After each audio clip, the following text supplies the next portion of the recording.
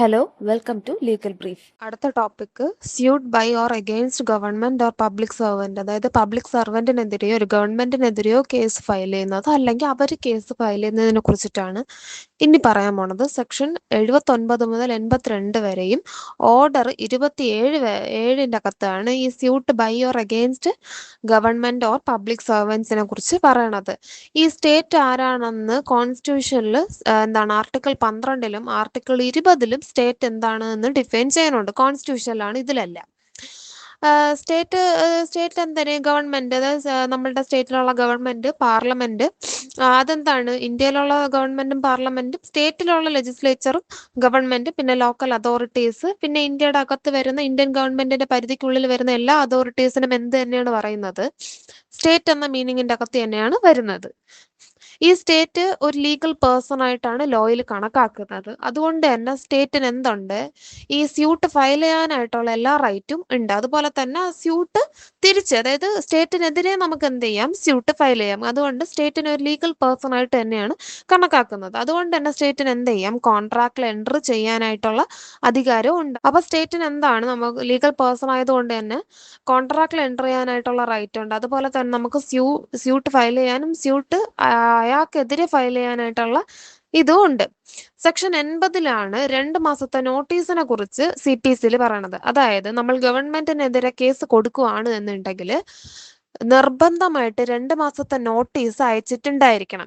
ഈ 2 മാസത്തെ നോട്ടീസ് അയച്ചിട്ടും ഒരു നടപടിയും എടുത്തിട്ടില്ല എന്നുണ്ടെങ്കിൽ മാത്രമേ നമുക്ക് കേസ് കൊടുക്കാനായിട്ട് പറ്റുള്ളൂ. ഇത് ഗവൺമെന്റിന്റെ കാര്യത്തിൽ മാത്രമാണ് ഈ സാധനം പറഞ്ഞത്.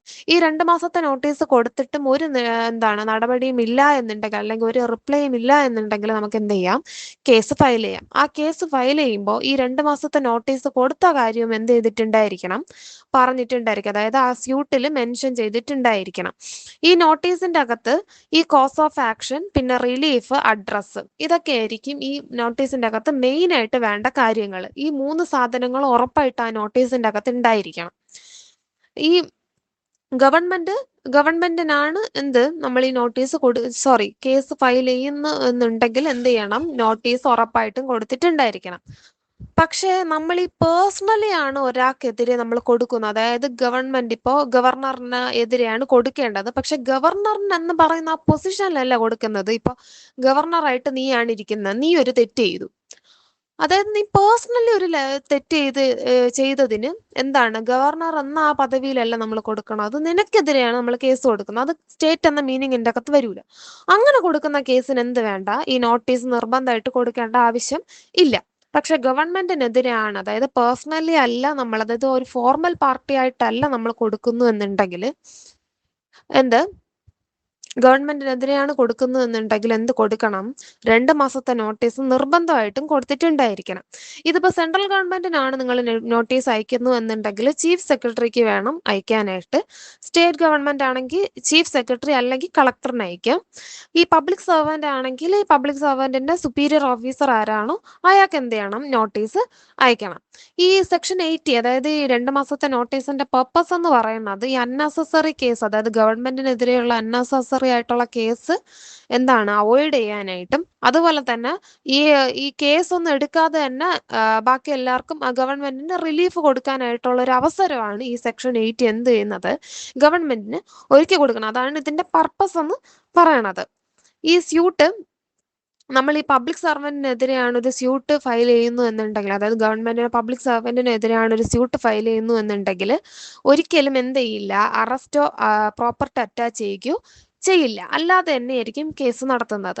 ഇനി സെക്ഷൻ 80 ക്ലോസ് 2 അതിൽ പറയണെന്ന് വെച്ചാൽ അർജന്റ് റെമഡി ആണ് എന്നുണ്ടെങ്കിൽ, അതായത് നമ്മൾ പറഞ്ഞു ഗവൺമെന്റിനെതിരെ ഒരു കേസ് കൊടുക്കുന്നു എന്നുണ്ടെങ്കിൽ 2 മാസത്തെ നോട്ടീസ് കൊടുക്കണം. 2 മാസത്തെ മീൻസ് നമ്മൾ നോട്ടീസ് കൊടുത്ത് 2 മാസം കാലാവധി കൊടുക്കും അവർക്ക് എന്തെങ്കിലും റിലീഫ് തരാനോ ഇതിനെ ഒത്തുതീർപ്പാക്കാനോ നടപടി എടുക്കാനോ ആയിട്ട്.